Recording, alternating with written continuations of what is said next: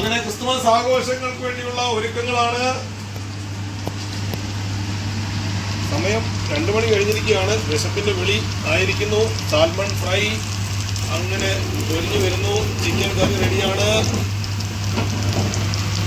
Salmon കറി മുളകിട്ടത് അതും റെഡിയായിട്ടുണ്ട്. Chicken fry ഇങ്ങനെ മുരിയുകയാണ്. എണ്ണയിൽ കിടന്ന് തുള്ളിച്ചാടുന്നു. അടുത്തത് മീൻ ഫ്രൈ ഉണ്ട്.